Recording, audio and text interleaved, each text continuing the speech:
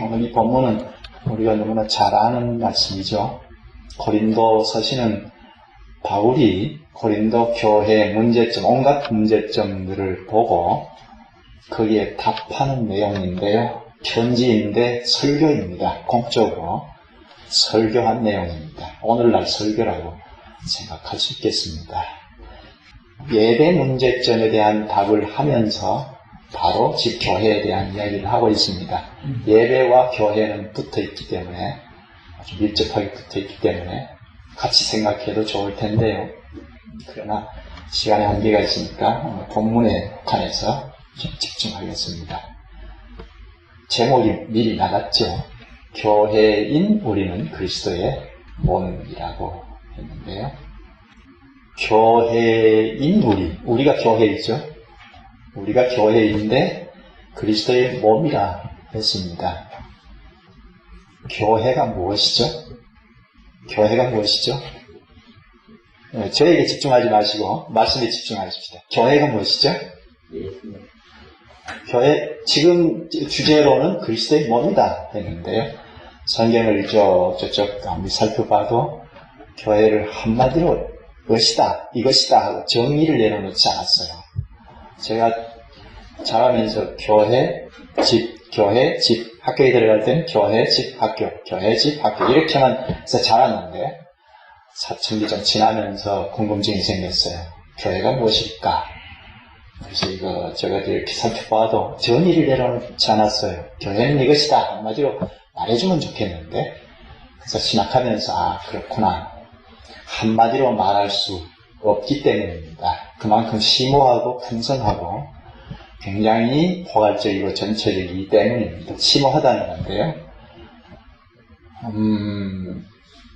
그리스도와 연합한 연합체, 그리스도와 신비하게 연합한 연합체, 여기에 교회라고 보면 이 연합체가 너무나 심오하고 풍성하기 때문에 한마디로 말할 수 없어서 성경에서는 한마디로 정의를 내놓지 않았다는 겁니다.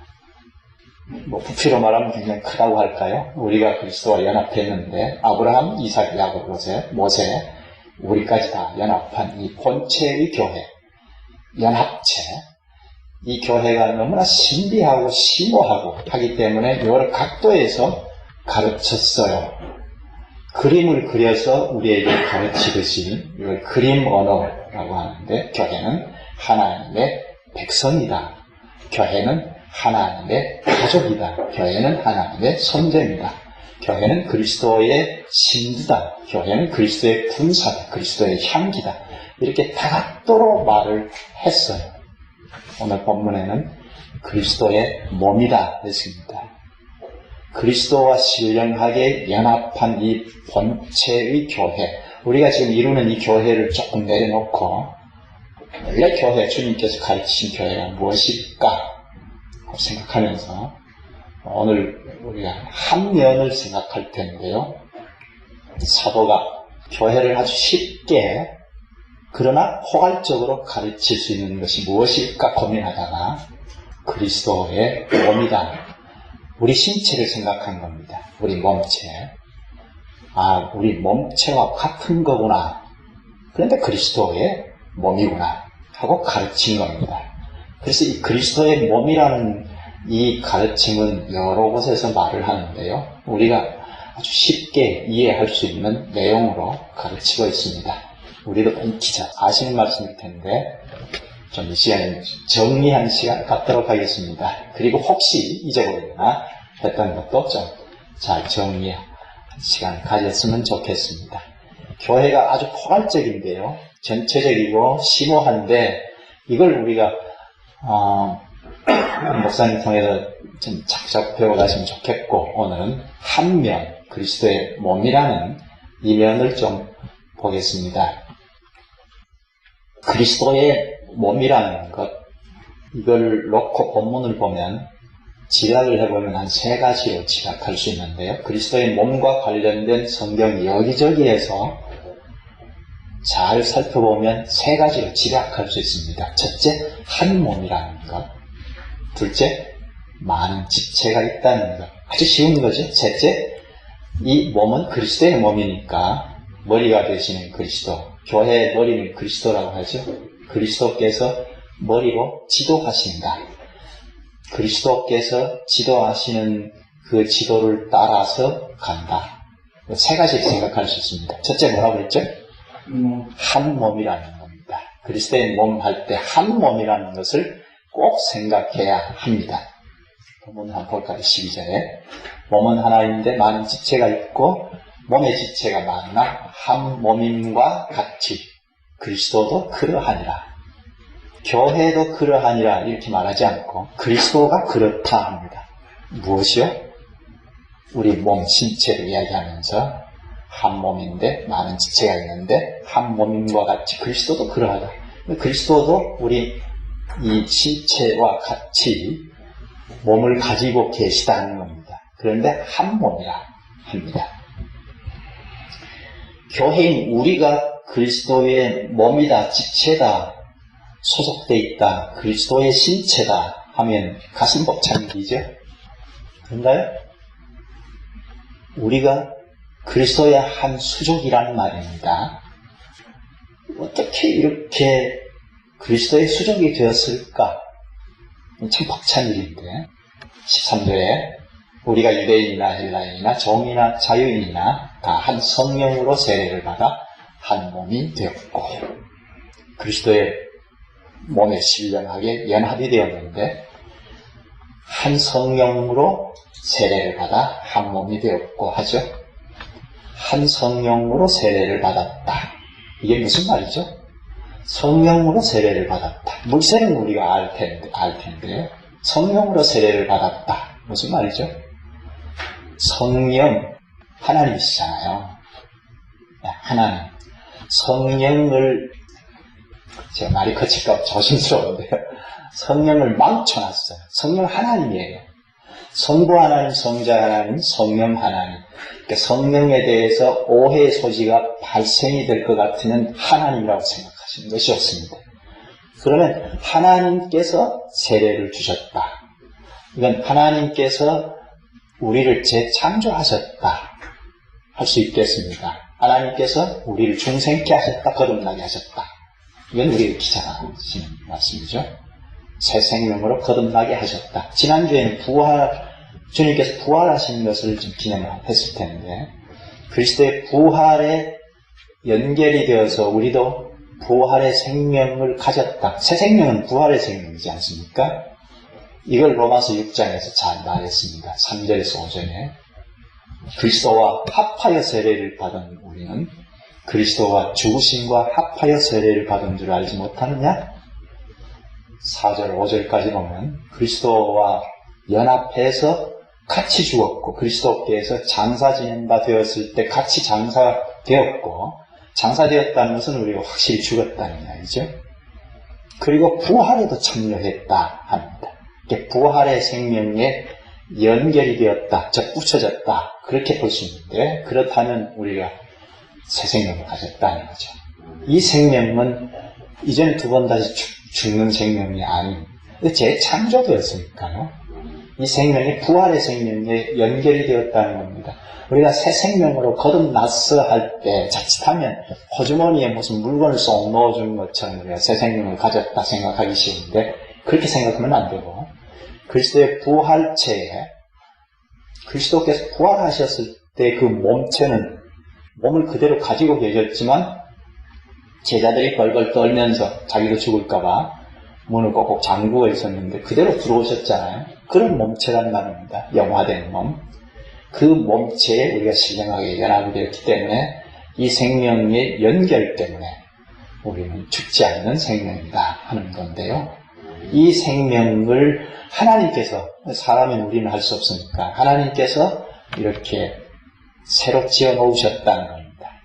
죽은 생명인 우리를 재료로 사용하셔서 새로 지으셨다는, 여기에 성령께서 세례를 베푸셨다는 건데요. 같이 신앙생활 해보는 겁니다. 특히 말씀을 전해보는 겁니다. 그리스도의 말씀을 대언해 볼 때 그걸 잘 받으면 당신 그리스도와 연합했구나, 중생했구나, 새 생명을 가졌구나 하는 것을 알고 물세례를 베풀죠. 물세례, 방금 말씀드린 것처럼 로마서 6장에 그리스도와 합한 세례를 준다는 겁니다. 세례의 뜻이 무엇이죠? 제가 어릴 때부터 자라면서 줄기차게 들었던 말이 죄 씻음 받은 표로 듣고 배우고 자랐어요. 그것만은 아니고, 그거 확실하죠. 그것만 아니고 언약의 표징이기도 하고 우리가 언약민이다, 하나님의 언약에 붙어있다는 언약민이라는 것. 그리고 여기서 말하는 것은, 로마서 6장에서 말하는 것은 그리스도와 연합의 세례라. 연합이라는 말이 매우 중요합니다. 그리스도의 몸이라는 것 생각할 때는 반드시 생각해야 하는데, 우리가 그리스도와 연합한 세례라. 그러니까 연합의 표징으로 물세례를 받는다는 겁니다. 그럼 이제 세례받기 직전까지는 주님께서 중생케 놓으셨을지라도 공적으로 그 인증을 못 받았다고 할까요? 몰랐기 때문에 그 직전까지는 내가 생각하고 말하고 행동하는, 내가 중심이 되어서 생각하고 말하고 행동하는 생활이었는데, 그리스도의 죽으심과 합하여 세례를 받았고 부활에도 연합했다. 그러면 이 상주라는 옛사람은 죽었구나. 이제는 부활의 생명을 가진 자로 생각하고 말하고 행동하기 시작했다.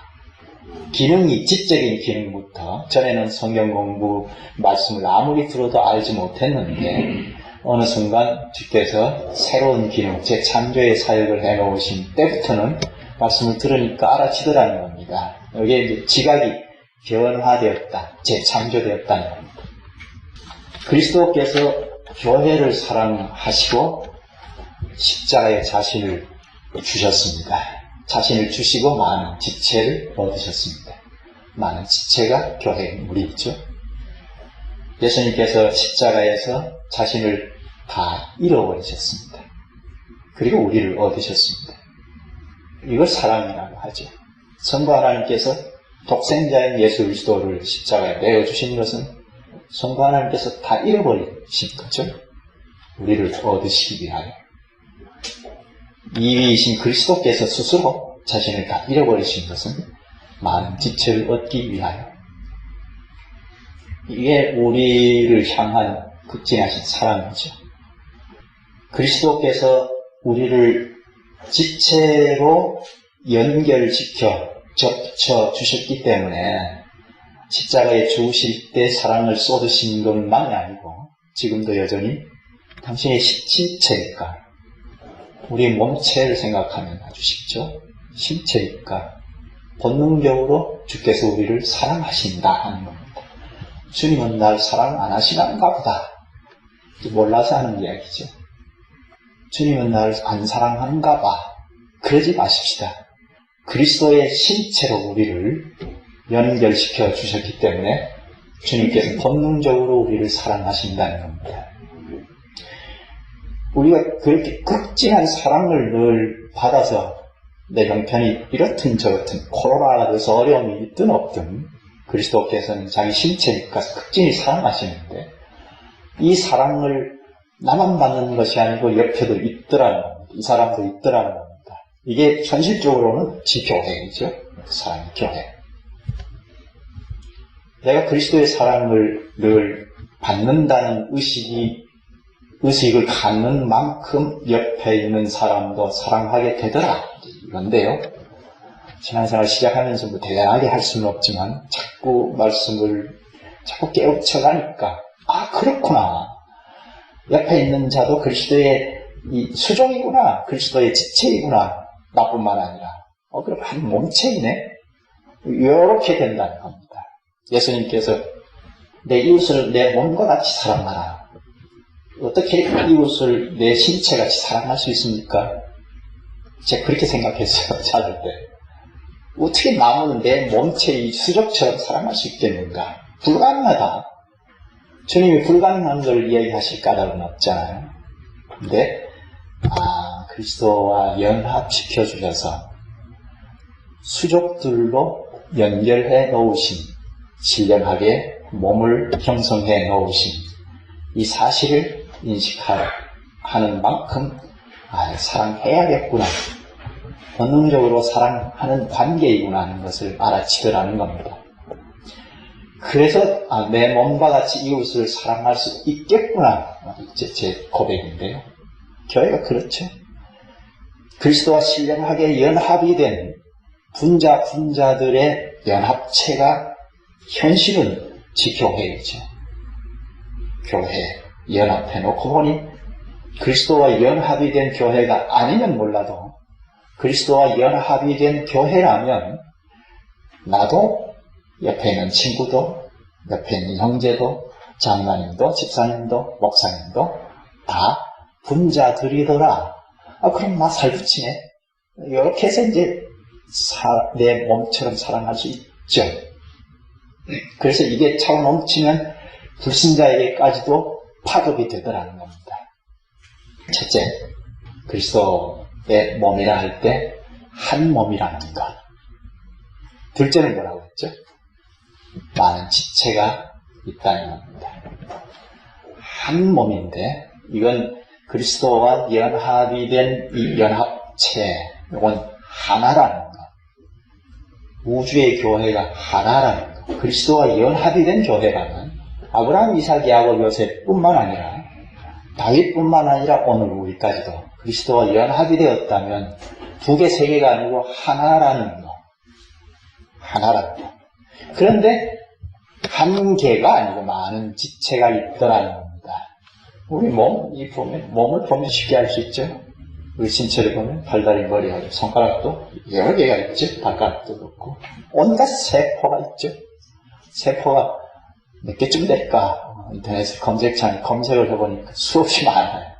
셀 수 없이 많아요. 우리 몸체가 그렇죠.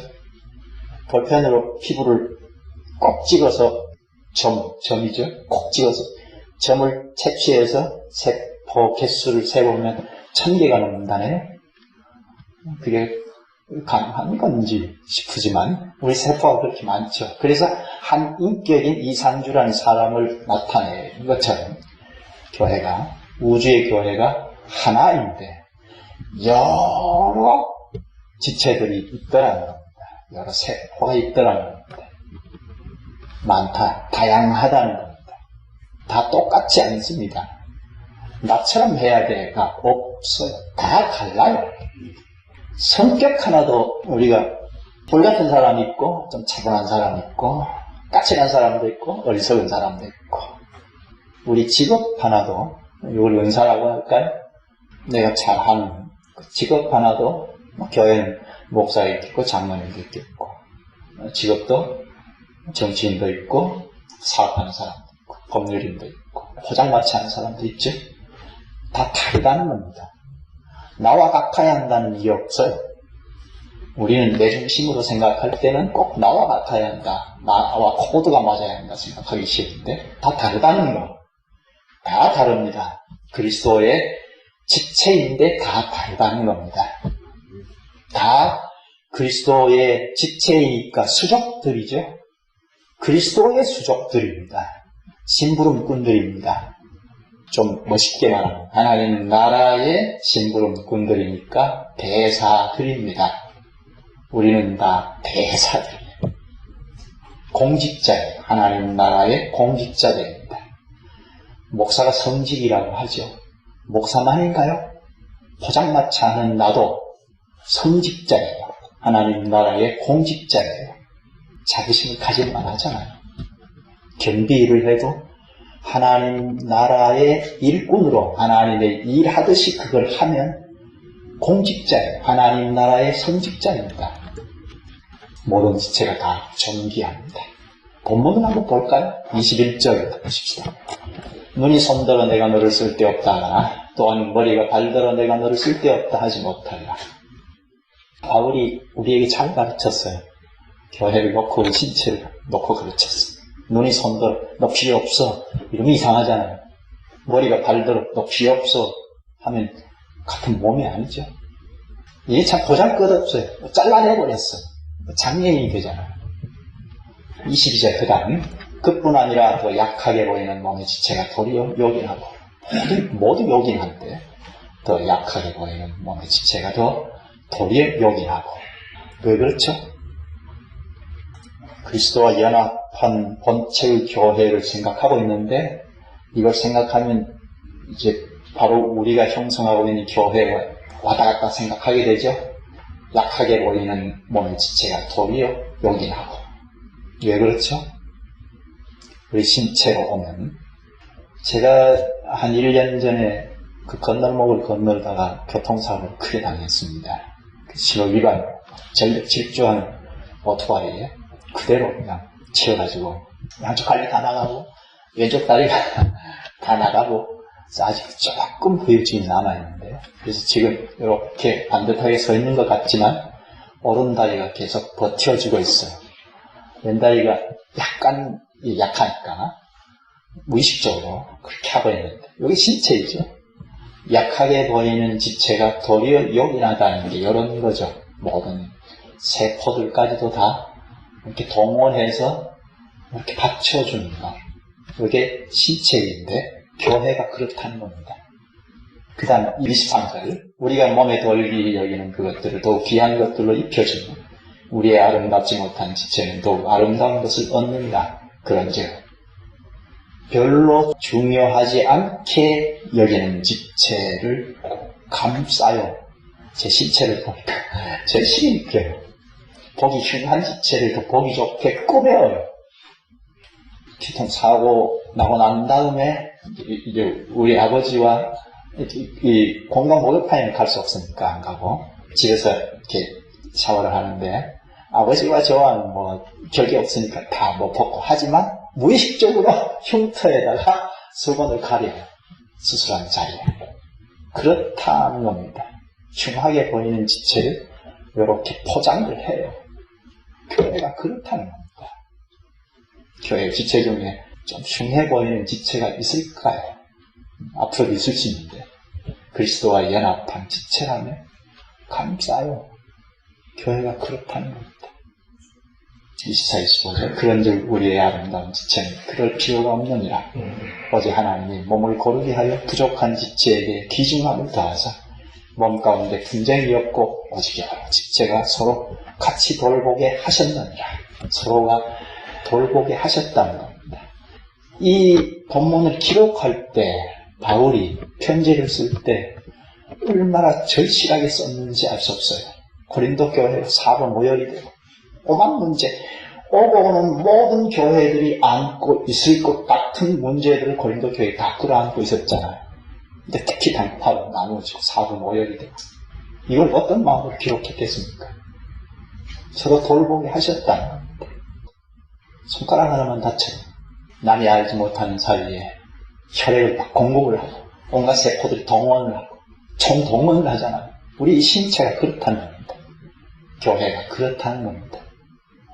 그 다음 26절에 만일 한 지체가 고통을 받으면 모든 지체가 함께 고통을 받고 한 지체가 영광을 얻으면 모든 지체가 함께 즐거워하느니라. 한 지체가 힘들면 다 같이 힘들어요. 다 같이 힘들지 않으면 우리 교회가 그리스도와 연합했나 의심해야 돼요. 저와 아주 절친한 어르신이 계시는데 주일날 교회 가는 것조차도 생활을 해야 하니까 때로는 결석할 때가 때때로 있어요. 자녀들이 없어요. 그 교회가 이름만 되면 여러분 바로 옆에 있어요. 엄청나게 많이 모이는 교회예요. 숫자가 중요한 건 아니고 엄청나게 많이 모여도 서로 돌아보고 한 지체가 고통을 받을 때 함께 고통, 그리스도와 연합한 공동체라면 그렇지 않다는 겁니다. 우리가 서글픈 현실 속에 살고 있어요. 한 지체가 영광을 얻으면 다 함께 기뻐요. 이게 교회가 생리적으로 그렇다는 겁니다. 왜요? 그리스도와 신령하게 연합이 되어 있어서. 교회는 조직체가 아니에요. 조직적인 게 있어요. 이것저것 조직적인 거 있지만 우리 신체처럼 조직적이지만 유기체예요. 따로따로가 없어요. 나는 포도나무여 너희는 가지니. 붙어 있으니까 열매를 맺는다고 예수님 말씀하셨어요. 이것도 교회를 말하고 있어요. 그리스도와 신비하게 연합이 되어 있기 때문에 따로따로가 없어요. 첫째, 그리스도의 몸이라는 한 몸이라는 것. 둘째, 많은 지체가 있다는 것. 셋째, 뭐라고 했죠? 이 몸의 머리는 그리스도이니까 그리스도의 말씀을 따라 움직인다는 겁니다. 우리가 그렇죠. 인식, 지각, 지식에 따라서 생각하고 말하고 행동하죠. 제가 아침에 탁 일어나서 예수 사랑교회 가야지 하는 인지를 하니까 이렇게 운전하고 왔다는 말입니다. 하나로마트에 주차하고 가야지 인식하니까 이쪽으로 오다가 다시 돌아가서 주차하고 왔다는 말입니다. 우리 인지가 그렇게 중요하죠. 우리 몸인 우리의 머리는 그리스도라서 그리스도의 말씀을 따라 움직인다는 겁니다. 우리는 아직도 완전한 성화에 이르지 않았기 때문에 여차하면 내 인식, 내 생각, 사고방식에 따라 움직여요. 그래서 우리는 매주 주님께서 성령과 말씀으로 불러 모으셔서 말을 해주시는 거예요. 그리스도께서 말을 해주시는 걸 듣고 자꾸 인식의 교정을 받고 인식의 말씀이 축적이 되어서 점점 더 그리스도의 말씀을 따라 움직이더라는 겁니다. 그게 교회예요. 말씀을 따라 움직인다, 행동한다는 것이 제일 중요합니다. 내 생각이냐? 그리스도의 말씀을 따라 움직이는 거냐? 이게 우리의 관건이에요. 평생토록 관건입니다. 한 곳을 찾아보시죠. 골로새서 3장입니다. 골로새서 3장. 고린도 교회가 분파가 많고 하나가 안 돼요. 사분오열이 되어 있고 엉망으로 되어 있는. 그런데 교회가 아니라고 할 정도는 아닙니다. 그런 안타까움에서 바울이 고린도 서신을 오늘 본문을 기록했는데 그 원인이 무엇일까? 바울이 지금 오늘 본문 고린도 서신을 기록한 이것도 설교를 하고 했죠. 말씀이 좀 교인들에게 들어가야 교정되고 일치가 되겠지 않겠는가 해서 한 거거든요. 머리이신 그리스도께서 말씀하신 거 그걸 지금 직접 관련이 되는 걸 찾아보자 했는데 골로새서 3장 16절부터 보십시다. 그리스도의 말씀이 너희 속에 풍성히 거하여 모든 지혜로 피차 가르침을 권면하고 시와 찬송과 신령한 노래를 부르며 감사하는 마음으로 하나님을 찬양하고. 우리 눈에 쏙 들어오는 구절이 있죠. 그리스도의 말씀이 너희 속에 풍성히 거하여. 말씀이 풍성하다. 그리스도의 말씀이 풍성하다. 교회인 우리의 머리가 그리스도이신데 그리스도의 말씀이 풍성하다. 풍성하다는 게 뭐죠? 내 생각도 있거든요. 아담의 후손으로 왔으니까, 그리고 아직 완전한 성화에 이르진 않았으니까 내 생각이 항상 있어요. 내가 태어나서 보고 듣고 학습이 된 이건 다 세상 지식들 정도 되잖아요. 항상 있어요. 그래서 그리스도의 말씀이 너희 속에 풍성히 거하여 하는데, 이건 그리스도의 말씀이 내 생각을 지배한다는 거겠죠? 풍성하다는 건. 내 생각이 항상 있는데 그리스도의 말씀이 나의 생각을 지배한다. 그러면 모든 지혜로 피차 가르치며 권면하고. 그렇죠? 말씀이 풍성히 거하여 내 생각을 지배하면 모든 지혜로 피차 가르치며 권면하고. 피차 가르치고 권면한다는 것이 쉽지 않죠? 우리 서로 권면하고 가르치고 쉽지 않죠? 그리스도의 말씀이 풍성하면 할 수 있다는 겁니다. 내 생각을 지배하면 하기가 좀 어려워요. 한다 해도 실족하게 하기가 쉽고 상처 주기가 쉽고 내 잘난 못에 이래라 저래라 하기가 쉽고. 근데 그리스도의 말씀이 풍성하면, 그 그리스도의 말씀은 심부름하면, 그리스도의 지체라면 잘 듣죠. 피차 가르치고 권면하고. 여기 지혜, 모든 지혜로 피차 가르치고 권면한다 합니다. 지혜가 뭐죠? 지혜가 어디에서 오나요? 하나님의 말씀에서 오죠. 하나님의 말씀이 자꾸 들어와서 축적이 되면 내 인식이 자꾸 바뀌어져서 이걸 뭐 사고 사상이라고 하죠. 그렇게 되는 만큼 인식에 축적이 되는 만큼 지혜가 생겨요. 그래서 어떤 사물에 대해서 분별이 생겨요. 옳고 그러다 판단력이 생겨요. 하나님의 말씀인 성경이 판단 기준이라고 했잖아요. 누가 뭔 말을 했고 훌륭한 사람이 뭔 말을 했고 어떤 큰 교회가 무슨 말을 했고 그거 중요하지 않습니다. 하나님의 말씀인 성경, 그리스도의 말씀이 뭐라고 하는가? 우리에게 축적이 되어 있는 만큼 가치관이 서요. 인생관이 서요. 내 인생, 상대 인생은 이렇게 존재하고 이런 방향을 들고 가더라.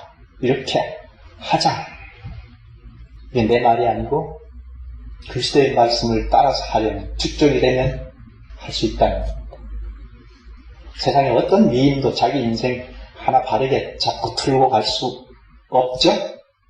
어떤 미인도 자기 인생 평생 어떻게 방향을 잡고 들고 갈 수 있는지 그리스도의 말씀은 그렇게 하더라는 겁니다. 우리 믿음의 선진들이 다 그렇게 살았는데요. 그 다음 시와 찬송과 신령한 노래를 부르며 감사하는 마음으로 하나님을 찬양하고 이제 예배와 관련된 건데요.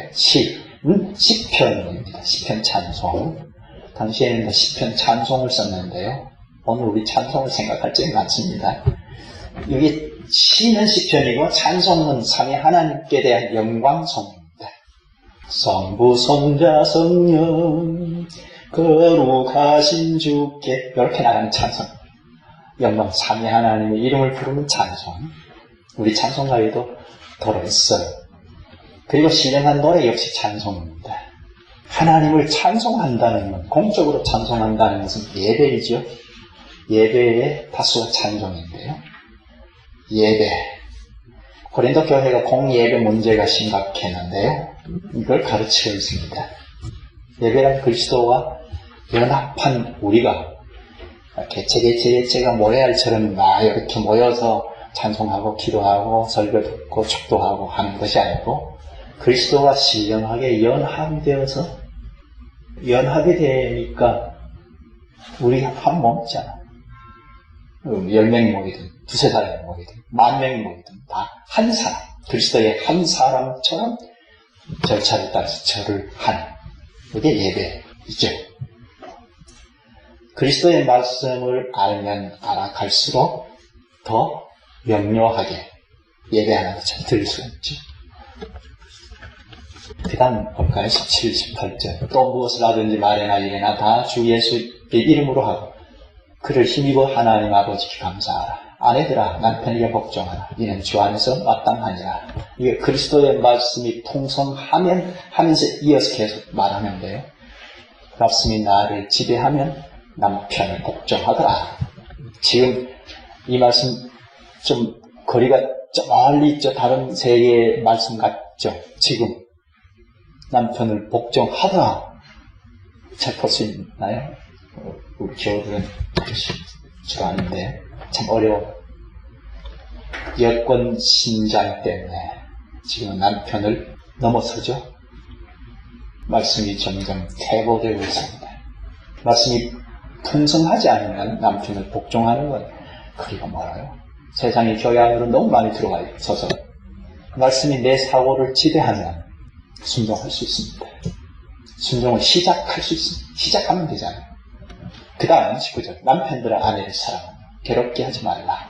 누가 아내를 괴롭게 작정하고 괴롭게 하겠어요? 그런데 말씀이 실존이 되면 괴롭게 합니다. 사랑하지만요. 다 자기 방식대로 사랑합니다. 자기 방식대로 사랑하니까 옆 사람이 힘들어요. 그렇지 않나요?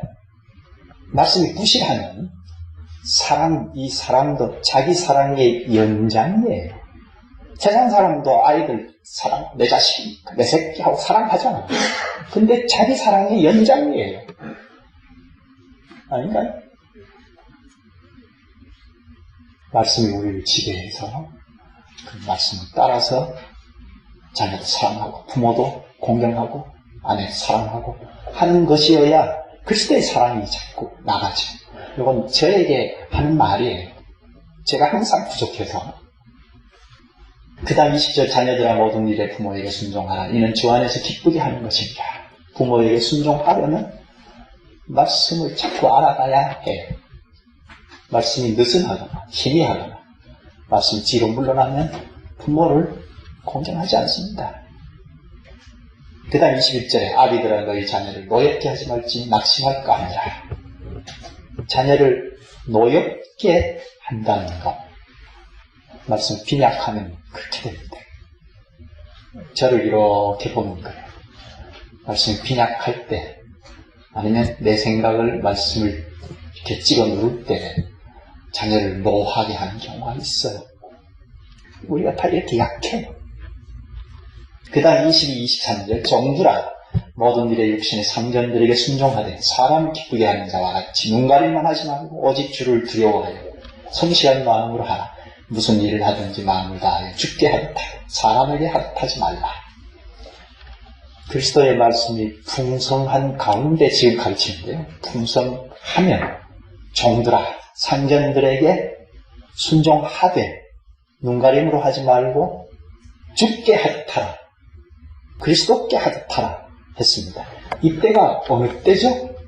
이 당시가 노예 제도가 있었던 때입니다. 노예들에게 너희 상전들에게 공경하되 순종하되 죽게 하듯 하라. 이건 죽어버려라는 말입니다. 왜죠? 당시 노예는 주인의 상전의 소유물이에요. 가축과 같아. 단지 말할 줄 아는 정도. 근데 죽게 하듯 순종하라고 했으니 죽어라는 얘기죠. 우리가 딴 세상 얘기 같아요. 그런데 당시에 노예들이 주님의 말씀을 자꾸 깨달아서 상전에게 주인에게 주님을 공경하듯이 했어요. 그 주인들이 그런 노예들을 사지 않겠어요?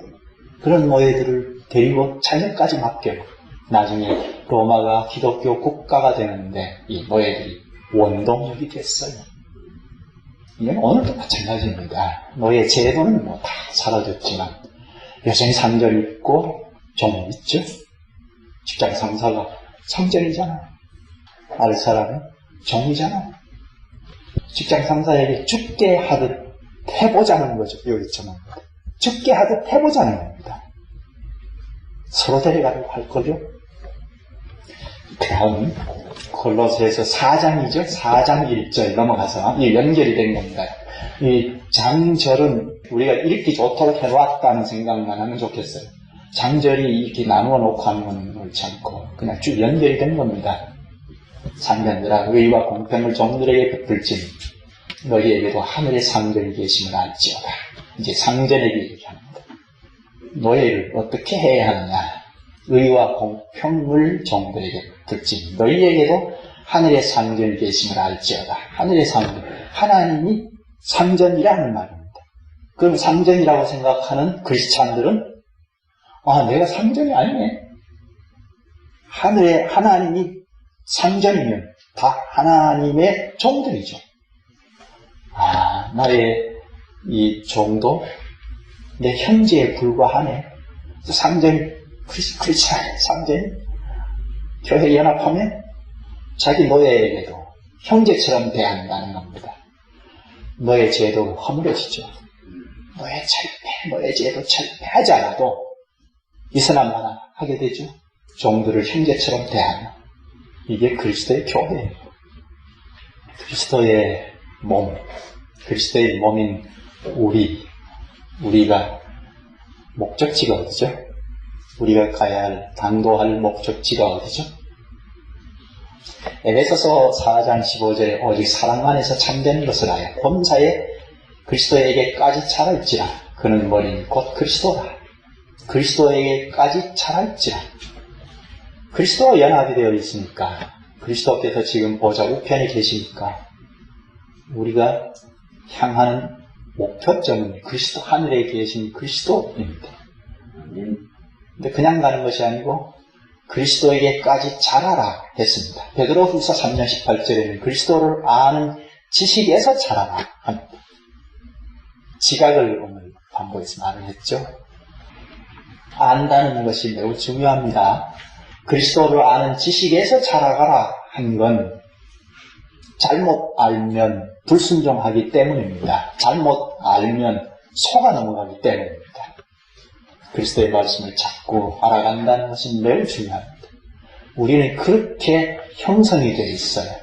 지각, 감정, 의지. 지각에 따라서 감정을 품고 의지적인 행동을 한다는 겁니다. 물론 그렇지 않는 수가 있습니다. 실천 궁행을 하는, 그 다른 종교에서도 하잖아요. 기독교는 실천 궁행이 아니에요. 이 종교 병전처럼 이웃 사랑 하라고 했으니까 사랑해야지 작심해서 하면 3일은 할 수 있죠. 이건 다른 종교에서 다 합니다. 기독교는 그것이 아니고 재창조된 지적인 기능을 써라는 겁니다. 그리스도의 말씀을 공급을 받아서, 그러면 성령께서 그거를 쓰셔서 우리 인식을 자꾸 바꾸시고 사고 체계를 세우시니까 컴퓨터 하드웨어와 같습니다. 우리 지각이 방방이 다 있어서 정보가 들어오면 방방이 축적을 하는데, 그리스도의 말씀은 세간 정보가 아니니까 더 힘을 발휘하도록 성령께서 쓰신다는 겁니다.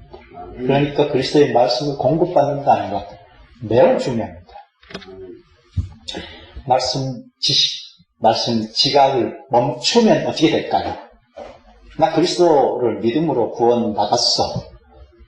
그리고 더 인식이 서가지 않는다면, 그리스도의 말씀이 자꾸 공급받고 가지 아니한다면 어떻게 될까요?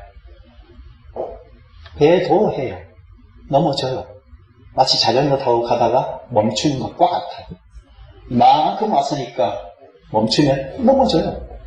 나 이만큼 자랐으니까 멈춰야지. 넘어져요. 교회가 그러면 배교합니다. 이건 교회 역사에서 다 밝혀진 거잖아요. 구약 교회를 볼까요?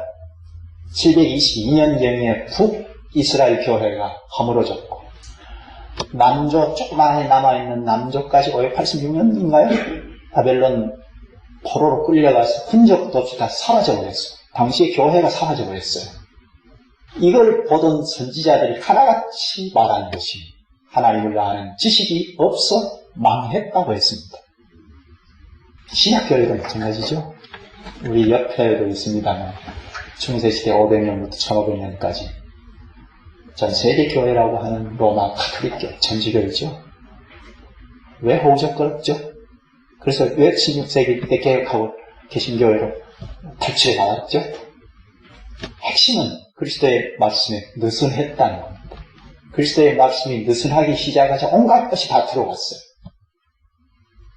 그래서 배도해 나갔다는 겁니다. 지금도 멀리 가지 않고 있죠? 천주교.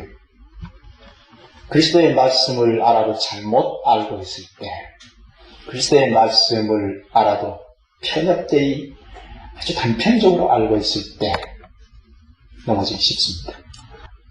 우리가 말씀을 계속해서 중단 없이 공부를 받아서 자라가다가, 그리스도를 아는 지식부터 자꾸 자라가다가 그리스도에게 이르죠.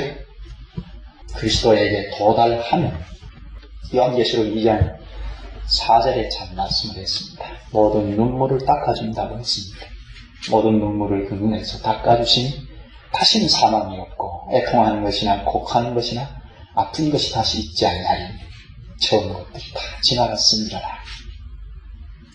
저는 이 구절을 볼 때 아픈 것이 다 지나갔다, 이게 참 생생하게 들어와요. 제가 많이 아파봤기 때문에. 지금도 후유증으로 조금 있어서 불편한데요. 그리스도를 믿기 때문에 그리스도의 말씀을 계속해서 공급받아서 그리스도의 말씀대로 생각하고 말하고 행동하기 때문에 주께서 그때 다 보상해 주십니다. 그리스도를 안 따르면 몰라도 그리스도를 따라가다 보니 어떤 때는 손해도 받지 않습니까? 그리스도의 지체니까 참아야 하고 욕을 먹기도 했지 않습니까? 내 잘못이 없는데 그리스도의 교회 때문에, 그리스도의 수족이니까 인내해야 하고 한 발 물러서야 하고, 물러서지 않고 싸워도 내가 지지는 않을 것 같은데 그리스도의 수족이니까 그리스도께서 이래라 저래라 하실 때 물러서야겠구나 할 때 억울하잖아요. 그리스도에게 갈 때 주께서 수고 많았다 하고 눈물을 닦아주십니다. 그리스도께서 부활하신 그 몸체를 입을 때 영광의 나라에 돌입해 들어갑니다. 아직은 우리가 현실인데 우리의 현실을 부인할 수 없죠. 이상주의자처럼 만나서 얻지 않고 우리의 현실은 로마서 8장 17, 18절에 말했습니다. 그리스도와 함께 영광을 받기 위하여 고난도 함께 받아야 할 것입니다. 생각하건대 현재의 고난은 장차 우리에게 나타날 영광과 비교할 수 없도다. 우리 남은 고난이 있습니다. 왜죠? 그리스도의 수족이니까. 그리스도의 수족이니까. 그리스도께서 이 땅에서 받으신 고난. 그리스도는 하늘 보좌 우편에 가셨어요. 영화된 몸을 입고 가셨어요. 그런데 그의 수족인 우리는 이 땅에 아직 머물러 있으니까 우리가 남은 고난을 받습니다. 그러나 장차 받을 영광에 비교할 수 없다고 했습니다. 고난이 싫으면 그냥 안 믿으면 되잖아요. 그렇죠?